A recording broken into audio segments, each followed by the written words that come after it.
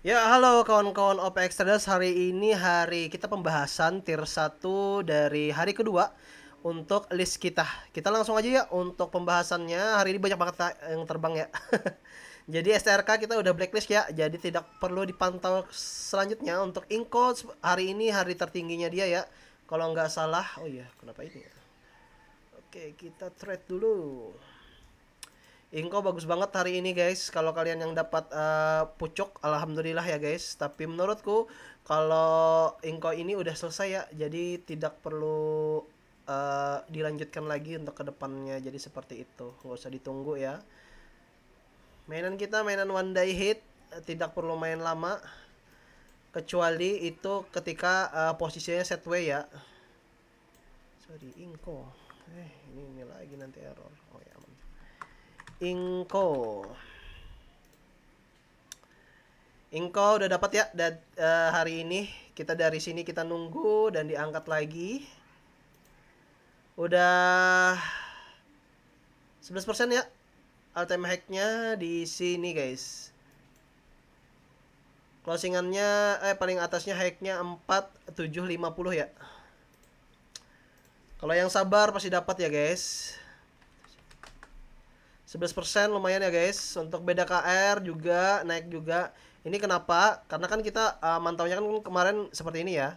Ketika di sini ada kenaikan, target kita kan kemarin sempat 10% ya, tapi karena di sini masih sedikit angkatannya, kita berasumsi besok ada kelanjutan lagi, tapi masih ragu-ragu ya. Akhirnya tetap dinaikin. Apalagi dinaikinnya ketika buka market ya. Jadi ya tidak ada buangan atau macam-macam, jadi langsung dinaikin seperti itu ya guys. Enak banget ya untuk Inco ini ya. Mantap, mantap, mantap, mantap. Closing dulu, Inco sudah selesai ya. Kita TP di area sini 11% BDKR.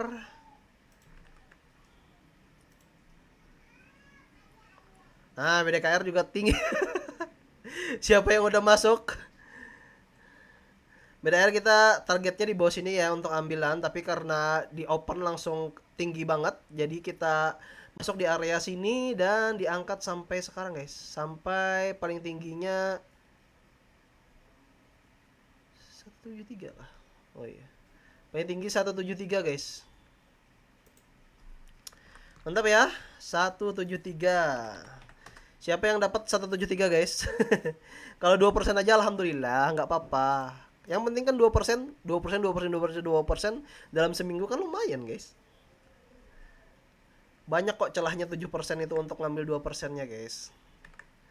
Terus DMMX udah buangan kan? Nggak ngelanjutin kan? Kemarin kan udah aku closing ya bahwa DMMX agak meragukan sekali untuk lanjutannya, jadi segitu aja. Jadi kita closing dulu DMMX guys. 1408 kan? Iya betul. Meragukan banget ya, dikit banget naiknya, 5% ya. Cegas hari ini ada penurunan tapi sempat dinaikin kan di awal-awal ya. Nah, Cegas kita di area sini masuk di area sini 154 ya, udah ya. Oke, udah 4% ya. Tapi di sini ada buangan. Nah, di sini agak-agak menarik, guys. Buangan di sini ternyata dibuang oleh si bandar YZ, guys. Yang dimana dari catatan kita di sini bosnya adalah YZ, bro. Bos yang nyangkut di atas ini adalah ini Stockbit error lagi guys. Dia nggak bisa kepindah secara otomatis. Ngerepotin aja. Oke, kita bahas lagi ya. Jadi yang ngebuang itu bosnya. Di sini kita catat itu bosnya, bos yang punya kapal itu YZ ya. Nah, YZ yang punya kapal. Jadi yang punya kapal itu YZ. Aku sempat mention ya di story tadi, di siang tadi bahwa kita keluar dulu untuk si Cegas karena ada buangan yang anomali ya, buangan aneh dari bandar. Itu terjadi di menit-menit sekitar jam 12-an kalau nggak salah ya. Kita cek dulu ya. Nah, menit-menit anomali di area sini, guys. Jadi lumayan besar buangannya. Aku nggak tahu siapa kan. Jadi kita masih belum melihat kan. Mata kita masih ditutup pada waktu jam buka bursa. Tapi ketika sudah dibuka ternyata emang bener yang buang adalah YZ. Jadi YZ buangan barang besar banget guys. Sekitar 300 juta. Tapi enaknya alhamdulillah. Yang nyambutnya adalah bandar kita tercinta yaitu CC. Dan diikuti oleh CP juga guys. Jadi ketika aku ngelihat si pola bandarnya rebound lagi di area sini kan sempat jatuh ya. Aku sempat keluar di area sini ngambil untung kisaran 1% kalau nggak salah. Nggak apa-apa BEP terus di area sini, dan ketika ada kenaikan aku masuk lagi di area sini guys. Jadi seperti itu karena merasa ada yang ngejagain guys. Kelihatan dari polanya di area sini, YJ buang di area sini langsung disambut oleh CC guys. Terus diangkat oleh CP untuk menahan barangnya menuju ke atas seperti itu, tapi tetap di closing dengan harga rendah ya guys. Karena apa? Karena ada yang buang tambahan yaitu XL bro. XL ngebuang lagi sedikit di area terakhir seperti itu ya. Oke, tapi dalam keadaan sadar bahwa dan YP, CC dan CP itu tetap akumulasi. Jadi kalau menurutku ini sudah sahamnya udah bagus banget. Kita bisa santai di dalamnya. Kalaupun dibawa ke bawah ya udah average zone aja guys. Itu ya untuk si Cegas. Terus untuk isiannya ini kita bahas lagi lebih lanjut ya biar kalian ngerti fokusnya si Cegas. Nah, ini sudah terbaru. Oke. Nah, jadi si YJ ini sempat nyangkut di area dia angkat terakhir ya di area sini. Nah, nyangkut di area sini ya. Jadi YJ ini bukan bandar guys, tapi nyangkut terus yang nggak sengaja nyangkut ya. Lotus andalan sekuritas aku baru ngeh juga ya. Nah, Yejet nyangkut sini. Kenapa Yejet nyangkut? Kelihatan ya dari cara gerak-geriknya itu lebih cenderung itu penurunan bukan akumulasi. Kalau emang bandar yang besar di area sini dia bakal akumulasi guys untuk ngenaikin barangnya. Tapi keadaannya di sini Yejet semakin berkurang berarti dia bukan yang ngatur marketnya. Walaupun dia besar barangnya ya. Terlihat di sini yang naikin barang malah si CC guys. Mana CC kita? Nah, CC yang merah ini ya. Nah, CC masuk di area sini dan terus mengakumulasi sampai sekarang. Kalau dari dataku itu CC sekitar, kita lihat lagi deh, 8 September sekitar 1, berapa B gitu, 8 September. Nah, 1,5 B, HP 1,3. Nah, asumsiku kalau dari data historical di waktu sebelumnya di area sini itu mereka perlu sekitar 6M guys. Apakah akan tetap dinaikin? Kalau enggak ya ya udahlah ya. Kita anggap setway dulu. Kalau mau nitip barangnya di situ nggak apa-apa juga. Aku yakin bakal dinaikin karena apa? Karena bandar akumulasinya ketinggian gitu. Seperti itu ya.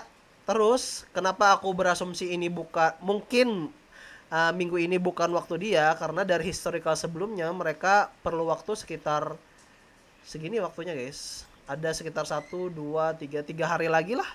Apakah ke minggu depan ya nggak tahu ya, kita lihat aja untuk ke depannya. Kalau yang pasti di area sini mereka perlu dana akumulasi itu sekitar 5 sampai 7 M guys. Itu di luar dari bandar nyangkut ya. Di sini kan YJ kan yang nyangkut. Jadi YJ nggak usah kita hitung guys. Kalau YJ dihitung mah kelebihan jadinya. Jadi seperti itu ya. Beda kalau di sini kan yang nyangkut itu bukan YJ guys. Nah yang nyangkut itu sorry. Nah di sini sempat yang nyangkut itu si GR guys. GR kan bandar bagus ya. GR nyangkut di sini, jadi dia yang ngikut naikin barang di area sini buat dia keluar seperti itu ya. Sedangkan YJ kayaknya enggak deh. Aku nggak tahu ya, bukan lama juga aku kenal sama YJ, jadi nggak terlalu ngerti historical YJ gimana untuk polanya seperti itu ya. Jadi polanya seperti ini, nanti besok kemungkinan akan dibawa rendah sedikit terus dinaikin lagi kemungkinan ya, kalau emang di luar dari target kita atau yang merah ini dari area cut loss kita, ya udah cut loss aja nggak apa-apa guys. Seperti itu ya untuk Cegas. Polanya nggak terlalu ribet guys. Kelihatan dari sini dia konsisten naikin, seharusnya di sini tetap konsisten naikin juga.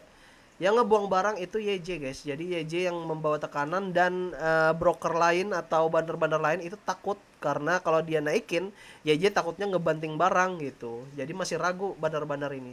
Terutama ini ya, kita fokusnya ke area MACD crossnya sini. Kalau sudah nge-cross berarti kemungkinan itu udah kuat bandarnya. Tapi sekarang masih set way guys. Masih tidak ada perubahan pola, jadi ya mungkin beberapa hari lagi ke depan, apakah minggu ini atau minggu depan ya nggak masalah lah. Yang penting kita udah tandain ya untuk daftarnya CC dan CP itu pengendali utamanya. Seperti itu ya untuk Cegas ya guys. Udah ya, itu aja. Lumayan ya 27% kalau kalian dapat paling atas. Pun kalau 5% doang 2% atau 3% doang per itemnya 10% satu minggu ya oke ya guys. Seperti itu aja dulu. Kita lanjut untuk next episode. Kita tunggu besok perubahan atau update terbarunya. Nanti kita update lagi selanjutnya. Itu aja dulu guys. Bye.